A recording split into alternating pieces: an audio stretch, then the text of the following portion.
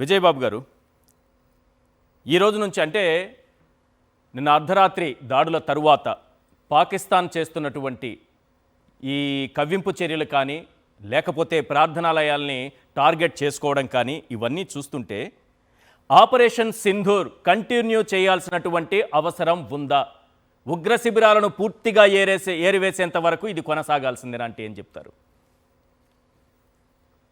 అచంచల ధైర్యంతో, అమోఘమైనటువంటి స్థైర్యంతో, భారతీయంగా ఆలోచిస్తూ, సింహంలా పరాక్రమిస్తూ, నరసింహులే విజృంభిస్తున్నటువంటి భారత సేనకు ముందుగా నా శాల్యూట్ అండి. మన సాక్షి టీవీ సందర్భంగా. అదే సందర్భంలో అనేక మంది 26 మంది నుదుట సింధూరాన్ని తుడిచివేసినటువంటి ముష్కరుల యొక్క దీనికి ప్రతిగా, అంటే వారి బలిదానాల ప్రతిగా ఈ రోజున సాగుతున్నటువంటి ఈ పోరాటం, ఇది ఒక రకంగా ఏంటంటే వాళ్ళ బలిదానాల మీద మనం ఒక అంది వచ్చినటువంటి అవకాశం అనాలి. అంటే చెప్పాలంటే చాలా కాలంగా వాళ్ళ గొయ్యి వాళ్ళు తవ్వుకుంటూనే ఉన్నారు. మనం కూడా సహనంతో వేచి చూస్తున్నాం. వేచి ఓరిమి చచ్చిందిరా, అటో ఇటో తెలుసుకునే సమయం వచ్చిందిరా అంటూ ఈ రోజున మన సైనికులు ఒక్కసారిగా వాళ్ళ మీద విజృంభిస్తున్న తీరు చూస్తే ఇక పాకిస్తాన్ పని ఖతం అయిపోయింది. అది పాకిస్తాన్ కాదు, ఇంకా మరి కొన్ని రోజుల్లో కబరస్థాన్ అని చెప్పక తప్పదనేది అనాలి. అయితే ఎందుకు మీరు అడిగినట్టు ఒక ప్రశ్న ఏంటంటే, బలం లేకపోయినా తెగబడి ఎందుకు చెలరేగిపోయేది అవుతుంది అన్నట్లయితే వెరీ సింపుల్ అండి. ఒక వ్యక్తి అయినా దేశమైనా కూడా క్రమశిక్షణతో, విలువల పరిరక్షణతో పైకి ఎదగాలనుకున్నటువంటి వాళ్ళకి ఏంటంటే కొన్ని నైతిక విలువలు ఇవన్నీ కూడా ఉంటాయి. కానీ కేవలం రౌడీయిజం చేసో ముష్టి ఎత్తుకొని బతికేటువంటి వాళ్ళకి ఏంటంటే ఏముండదు, వాళ్ళకి అదే ఆదరు. కాబట్టి ఇక్కడ జరుగుతుంది ఏంటంటే, చైనా చాచిన ఎంగిలి చెయ్యి నాకి తోక జాడిస్తూ ఉన్నటువంటి ఈ తుపాకిస్తాన్కి వాళ్ళ బతికే అది. కాబట్టి దానికోసం అని చెప్పనే ఇవాళ వీళ్ళు అది చేస్తున్నారు. కాకపోతే మనకేంటంటే చాలా కాలంగా ఇందాక మీరు చదివిన స్థావరాలు ఏవైతే ఉన్నాయో, ఈ స్థావరాలన్నీ ఎక్కడెక్కడ ఉన్నాయి, ఎలా ఉన్నాయి, వీళ్ళ కార్యకలాపాలు ఏంటి అన్నీ మనకి తెలుసు. కాకపోతే ఏంటంటే సమయం రాలేదు. ఈ రోజున సమయం వచ్చింది కాబట్టి డెఫినెట్గా ఇది సింధూరం 2 కొనసాగింపు ఉంటుంది. మళ్ళీ కోలుకోలేని చావు దెబ్బ. బంగ్లాదేశ్ విముక్తి కోసం ఆ రోజున చావు దెబ్బ తిని కొన్నాళ్ళు ఎలా అయితే సైలెంట్ అయిపోయారో, ఈసారి అంతకంటే కూడా పూర్తిగా ఒక వైకల్యం చెందేటువంటి దేశంగా పాకిస్తాన్ మిగిలిపోవటం అనేది తథ్యం. అక్కడ ఉన్నటువంటి ప్రతి వ్యవహారం కూడా మనకి తెలుసండి. దాన్ని మనం నెక్స్ట్ మళ్ళీ ఈ ఉగ్రమూకల్ని పూర్తిగా ఏరివేసేంత వరకు ఈ ఆపరేషన్ కంటిన్యూ చేయాల్సిందేనా?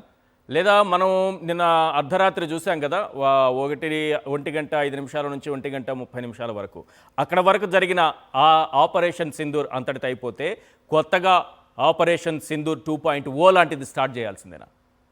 అంటే ఇప్పుడు ఆల్రెడీ వాళ్ళు స్టార్ట్ చేశారండి. 2 రాష్ట్రాల్లో, అటు పంజాబ్, రాజస్థాన్ ఏవైతే వాళ్ళ బోర్డర్స్ అయితే ఉన్నాయో, ఆ బోర్డర్స్ దగ్గర నిన్న మొన్నటి దాకా కాశ్మీర్ దగ్గర LOC దగ్గర జరిగినటువంటి కాల్పులు ఇప్పుడు మళ్ళీ ఈ 2 రాష్ట్రాల దీని దగ్గర కూడా కవింపు చర్యలనే మొదలయ్యాయి. అంటే వాడు వెనకడుగు వేస్తేనేమో దేశంలో అంతర్యుద్ధం మొదలవుతుంది. ఏ ఉగ్రవాదులు అయితే ఉన్నారో వాళ్ళే వాడిని చంపేసేస్తారు. అది ఒక సమస్య. ముందుకెళ్ళాలి అన్నట్లయితే చావో రేవో అన్నట్టుగానే ముందుకెళ్ళాలి. ఈ ముందుకెళ్ళేటువంటి క్రమంలో మనకున్నటువంటి ఒకే ఒక సవాల్ ఏంటంటే, మన యుద్ధం పాకిస్తాన్తో కాదండి. పైకి ఇప్పుడు కనిపిస్తున్నటువంటి ఇదంతా కూడా ఇప్పటి వరకు ఇలాగే ఉంటుంది. పాకిస్తాన్తో యుద్ధం చేస్తున్నాడు. పాకిస్తాన్ని కుట్టిపడేయాలంటే 5 నిమిషాల పని. ఏది అణుబాంబుల దాడితో పని లేకుండా కూడా చూసాం కదా, రాత్రి పూట ఎక్కడైతే టార్గెట్ చేశారో ఆ టార్గెట్ చేసినటువంటి స్థావరాల్ని సునాయాసంగా చేసి మొత్తం మట్టు పెట్టి నేల కూల్చి సక్సెస్ఫుల్ గా మళ్ళీ వెనక్కి వచ్చాయి. ఏ రకమైనటువంటి మనకి అపాయం లేకుండా. కాబట్టి అది పెద్ద ఇష్యూ కాదు. ఇక్కడ ఇష్యూ అంతా ఏంటంటే, దీనికోసం అని చెప్పని దొంగ దెబ్బ తీయడానికి ఎదురు చూస్తున్నటువంటి ఇప్పటి వరకు తెర మీదకి రానటువంటి వ్యవహారం ఏదంటే చైనా మాత్రమే.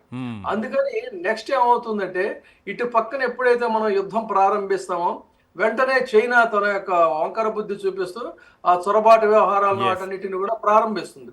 సో దానికి కూడా మనం సమాయత్తమై ఉన్నాం. మనకి తెలియకేం కాదు, మన విదేశాంగ వ్యవహారాల్లో ఇవన్నీ కూడా ఉన్నాయి. ఇక్కడ గమనించాల్సిన నెక్స్ట్ 2లో జరిగేది ఏంటంటే, అదే జరుగుతుంది. దానికి కూడా ధీటుగా జవాబు ఇవ్వడానికి ఆల్రెడీ మన సేనలన్నీ కూడా సమాయత్తమై ఉన్నాయి. మన భారత ప్రభుత్వం కూడా అందుకు సంసిద్ధంగా ఉంది.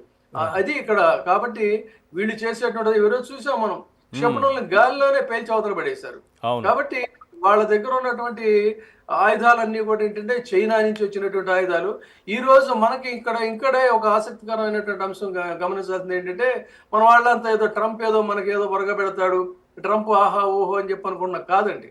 ఎప్పుడు కూడా మీరు ఒక్కసారి కనుక ఈ వీళ్ళ నిజానికి ఏంటంటే ఆయన అజిత్ దోవల్ ఎప్పటికప్పుడు కూడా బిఫోర్ అండ్ ఆఫ్టర్ స్ట్రైక్ కూడా అప్డేట్ చేస్తూనే ఉన్నాడు. చేస్తున్నా కూడా వీళ్ళ వ్యవహారం ఎలా ఉంటుందంటే మనకి పిల్లి మంత్రాలు అంటాం చూసారా, పిల్లి మంత్రాలు చెప్పినట్టుగా వాడు దాడి చేసినటువంటి వాడు మనం దెబ్బతిన్నాం.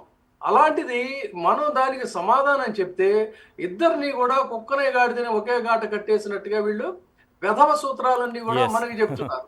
కాబట్టి ఇక్కడ ఏంటంటే వాళ్ళకి మొదటి నుంచి కూడా భారత్ పట్ల ఒక రకం అంటే ఇది ఎదిగేటువంటి దేశం.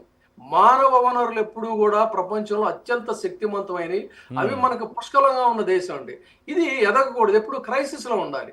ఈ క్రైసిస్ లో ఉంటేనే వాళ్ళు ఆనందంగా ఉంటారు. అందుకని ఏం చేశారు మీరు ఒకసారి ఈ మన అగ్రదేశాలన్నీ కూడా ఏదో 2-3 దేశాలు తప్ప అగ్రదేశాలన్నీ మాట్లాడినటువంటి మాటలు చూడండి. వాడు చైనా వచ్చి మనకు మధ్యవర్తిత్వం జరుపుతాడంట. వాడు ఒక పిల్లి మంత్రం వాడు చెప్తున్నాడు. అదే విధంగా అమెరికా మాట్లాడింది ఏంటంటే, ఒకవైపు నోటితో మాట్లాడుతూ నొసుడితో వెక్కిరించినట్టుగా వాళ్ళ జాతీయ భద్రతా సలహాదారుల సెక్రటరీలు ఒక రకంగా మాట్లాడితే, ఫస్ట్ ఇన్సిడెంట్ జరిగిన వెంటనే షేమ్ అని చెప్పన్నాడు. వాట్ ఈజ్ షేమ్ అండి? ఆపరేషన్ సింధూర్ని స్పష్టంగా షేమ్ అని చెప్పని మాట్లాడాడు ఈ ట్రంప్. కాబట్టి ఇది ఒకటి. అట్లాగే అటు చైనా కానీ లేకపోతే దశాబ్దాలుగా కదా, ఇప్పుడు ఇవాళ కాదు కొత్తగా, దశాబ్దాలుగా పాకిస్తాన్కి సైనిక నిధుల్ని సమకూర్చింది ఎవరండి? అమెరికా కదా. ఇప్పుడు ఏదో డొనాల్డ్ ట్రంప్ వచ్చాడు కంటే మారిపోయాడు అనుకోవడం అంటే ఇవన్నీ కూడా మనకి తెలుసు. అదే రకంగా యూకే మాట్లాడింది ఏంటండి, ఇది యుద్ధం అంట తీవ్రమైతే ఎవరు గెలవరంట. ఎవరు ఎందుకు గెలవరు? భారతదేశం ఖచ్చితంగా గెలుస్తుంది, గెలిచి తీరుతుంది. యూకే ఎంతండి ఆఫ్టర్ ఆల్? అది వాళ్ళ యూకే ఏం మాట్లాడుతుంది, యుద్ధం అంటూ తీవ్రమైతే ఎవరు గెలవరని చెప్పని జోస్యం చెప్తా ఉంది. వాళ్ళ దేశంలో వాళ్ళకి దిక్కులేదు. వాళ్ళ ఆర్థిక పరిస్థితులు అంతంత మాత్రంగా ఉన్నాయి. అలాంటిది ఇక అన్నిటికంటే పెద్ద జోక్ ఏంటంటే, ఆఫ్ఘనిస్తాన్ తాలిబాన్లు వాళ్ళు కూడా శాంతి సూత్రాలు చెప్తా ఉన్నారు. ఇది ఇక్కడ ఉన్నటువంటి పరిస్థితి. సో ఈ పరిస్థితులన్నిటినీ కూడా మనం అట్లాగే కూడా ఇవన్నీ నిశితంగా మనం పరిశీలిస్తూనే ఉన్నాం. పరిశీలిస్తూనే చాలా దీన్ని వ్యూహాత్మకంగా ముందుకెళ్తానే ఉన్నటువంటి పరిస్థితి. కాబట్టి మనకు వచ్చిన ఇబ్బందులు మనం ఇండివిజువల్ గా ఏ ఒక్కరి సహాయం అవసరం లేకుండానే అటు చైనానైనా ఇటు పాకిస్తాన్ అయినా ఏకకాలంలో జవాబు చెప్పేటువంటి అజేయమైనటువంటి శక్తిగా ఈ రోజున భారతదేశం ఎదిగిందనడంలో కించిత్ సందేహం.